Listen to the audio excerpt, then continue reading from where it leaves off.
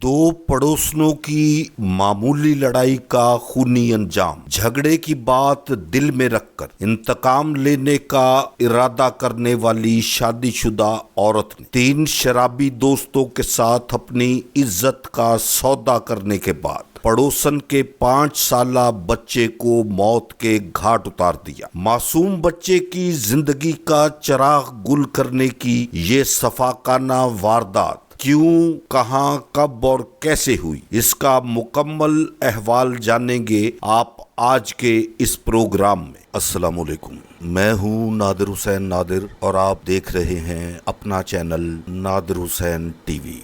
इंसानियत की तजलील का जो सिलसिला सदियों से जारी है, इसी को आगे बढ़ाते हुए इंसान इखलाक की कदरों की पस्ती में अक्सर औकात इतना ज्यादा गिर जाता है कि उसे ये होश तक नहीं रहती कि वो क्या करता है और क्या नहीं करता। लाहौर डिफेंस के करीबी इलाके में रहने वाली शादीशुदा 3 बच्चों की मां रेहाना बीबी की हुई अपनी पड़ोसन मरियम के साथ मामूली तल्ख कलामी। याद रहे कि मरियम 5 बच्चों की मां है। इस झगड़े ने तूल पकड़ा तो 15 पर कॉल करके पुलिस को भी तलब किया गया, जिसके बाद इनके दरमियान सुलह हो गई। मगर रेहाना बीबी ने इस लड़ाई के इंतकाम को बुनियाद बनाकर बदले की परवरिश करना शुरू कर दी। रेहाना बीबी की अपनी गली में धोबी की दुकान करने वाले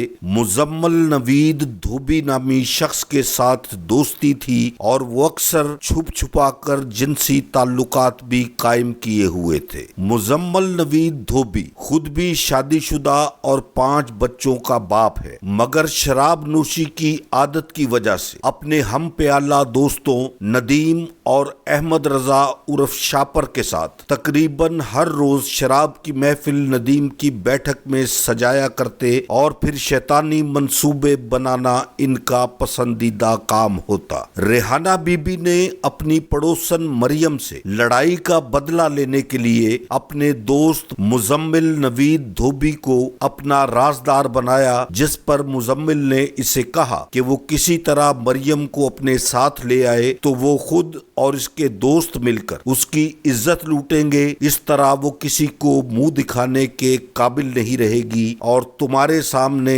इज्जत लूटने की वजह से तुम्हारा इंतकाम भी पूरा हो जाएगा। रेहाना बीबी ने बहुत कोशिश की कि मरियम उस पर भरोसा करके इसके साथ आ जाए, मगर ऐसा नहीं हो सका। जिसके बाद मुजम्मिल का दूसरा मशवरा यही था कि अगर मरियम नहीं आती तो इसके बच्चे को ही ले आओ। यूं रेहाना बीबी मरियम के 5 साल के मासूम बेटे को बहला फिसला कर धोबी की दुकान के सामने नदीम की बैठक में ले आई, जहां मुजम्मिल नवीद धोबी, नदीम और अहमद रजा शापर इसका बेचैनी से इंतजार कर रहे थे। रेहाना बच्चे को लेकर नदीम की बैठक में पहुंची। यही बैठक मासूम बच्चे की कत्लगाह बन गई। 51 साला नदीम 5 बच्चों का बाप था, मगर शराब नोशी इसकी आदत थी। अहमद रजा की उम्र 25 साल है, वो 3 बच्चों का बाप है, मगर उसकी शराब नोशी की वजह से लोग उसे शापर के नाम से जानते और पुकारते हैं।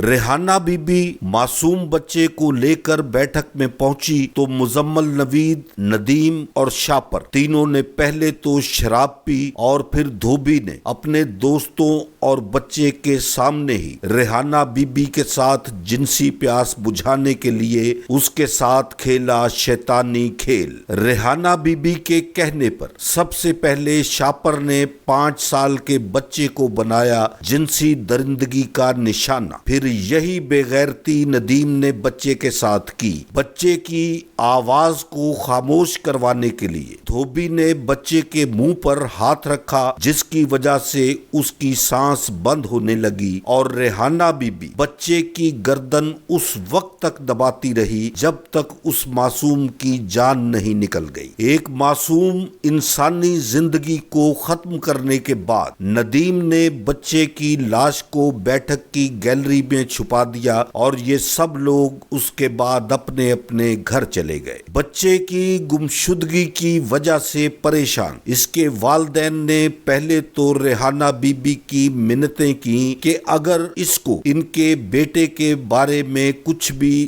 اطلاع ہے تو وہ اسے بتا دیں، مگر ریحانہ نے کیا ہر جرم سے انکار۔ بچے کے والدین نے پولیس کو اطلاع دی، جس پر پولیس نے تفتیش کا آغاز کرتے ہوئے ندیم کو شک کی بنیاد پر حراست میں لیا، مگر معمولی پوچھ گچھ کے بعد اسے چھوڑ دیا۔ ندیم پولیس سے جان چھڑوا کر اپنے گھر واپس آیا اور بیٹھک کی گیلری میں چھپائی ہوئی بچے کی لاش کو رات کی تاریکی میں اٹھا کر قریبی گندے نالے میں پھینک آیا۔ خون آخر خون ہے، وہ کبھی نہیں چھپتا۔ پولیس کے آرگنائز کرائم یونٹ ڈیفنس نے تفتیش کے دائرے کو آگے بڑھایا، جس کے نتیجے میں معصوم مقتول کی لاش گندے نالے سے بازیاب ہوئی۔ پولیس نے سی ڈی آر کی مدد سے شک کے دائرے میں آنے والے افراد کی شناخت کرنے کے بعد انہیں گرفتار کر لیا۔ اب ریحانہ بی بی، ندیم، مزمل نوید دھوبی اور شاپر پولیس کی حراست میں ہیں، جہاں انہوں نے اس